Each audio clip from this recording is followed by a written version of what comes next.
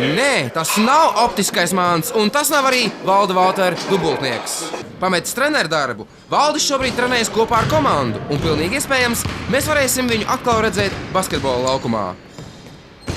Un, kas attiecās par mani pašu, tad vienīgais, ko es varu darīt, es varu komandā trenēties kopā ar komandu, varbūt arī uzspēlēt un, teiksim, varētu vadīt tā, teiksim, palīdzēt tos treniņus no iekšpuses trenerim, jo nevienmēr no ārpuses viss ir redzams tik, cik labi ir redzams no iekšpuses.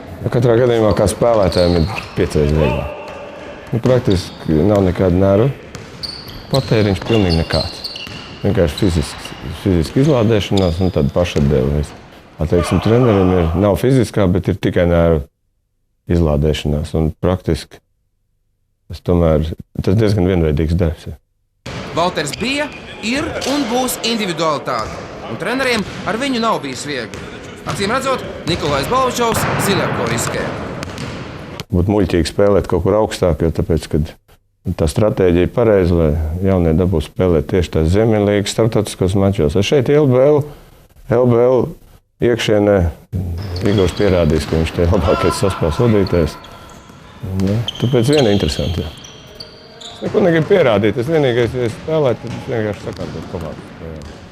Tomēr komanda spēlē diezgan individuāli.